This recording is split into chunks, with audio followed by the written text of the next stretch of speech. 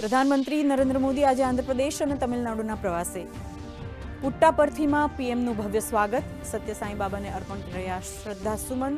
તો કોયમ્બતુરમાં પ્રાકૃતિક કૃષિ સંમેલનનો કરાવશે પ્રારંભ. સાથે જ 9 કરોડ ખેડૂતોને પીએમ કિસાન નિધિનો 21મો હપ્તો આપશે.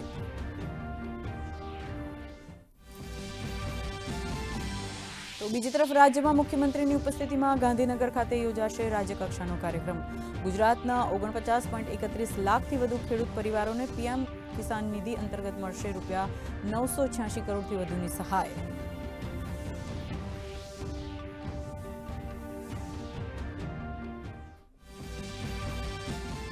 મુખ્યમંત્રી ભૂપેન્દ્ર પટેલની અધ્યક્ષતામાં કેબિનેટ બેઠકનું આયોજન. ટેકાના ભાવે મગફળી ખરીદી તથા કૃષિ રાહત પેકેજ સહિત રાજ્ય સરકારની આગામી ચિંતન શિબિર સંદર્ભે સમીક્ષા.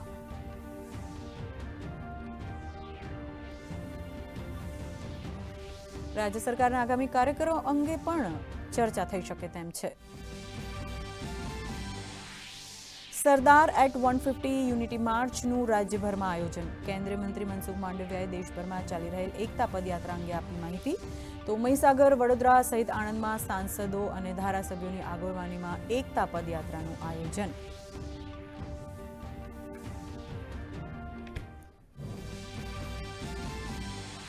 પટનામાં આજે ભાજપ અને જેડીયુના ધારાસભ્ય દળના નેતાની કરવામાં આવશે વરણી.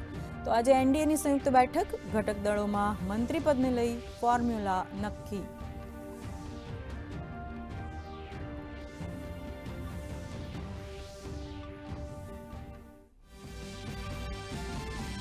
બિહારમાં આવતીકાલે શપથ લેશે નવી એનડીએ સરકાર. નીતિશ કુમારે ગાંધી મેદાનમાં તૈયારીઓની કરી સમીક્ષા. પ્રધાનમંત્રી મોદી સહિત એનડીએના દરેક મોટા નેતાઓને આમંત્રણ.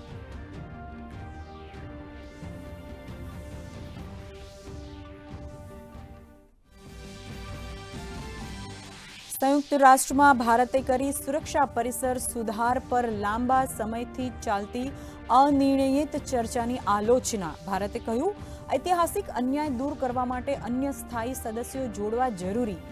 ઓઆઈસી માટે અલગ બેઠક આપવા માટે પણ કર્યો વિરોધ. ઉત્તર ભારતમાં શીતલહેરને પગલે રાજ્યમાં ઠંડીનો ચમકારો. રાજ્યના લઘુત્તમ તાપમાનમાં નોંધાયો 2 થી 3 ડિગ્રીનો ઘટાડો. 10.5 ડિગ્રી સાથે નલિયા રાજ્યનું સૌથી ઠંડુ શહેર. તો અમરેલી, ગાંધીનગર અને રાજકોટમાં પારો 12 ડિગ્રીની આસપાસ.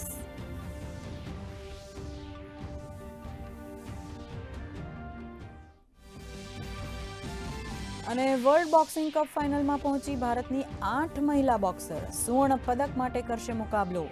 પુરુષ બોક્સર્સ પણ બનાવી ફાઇનલમાં જગ્યા.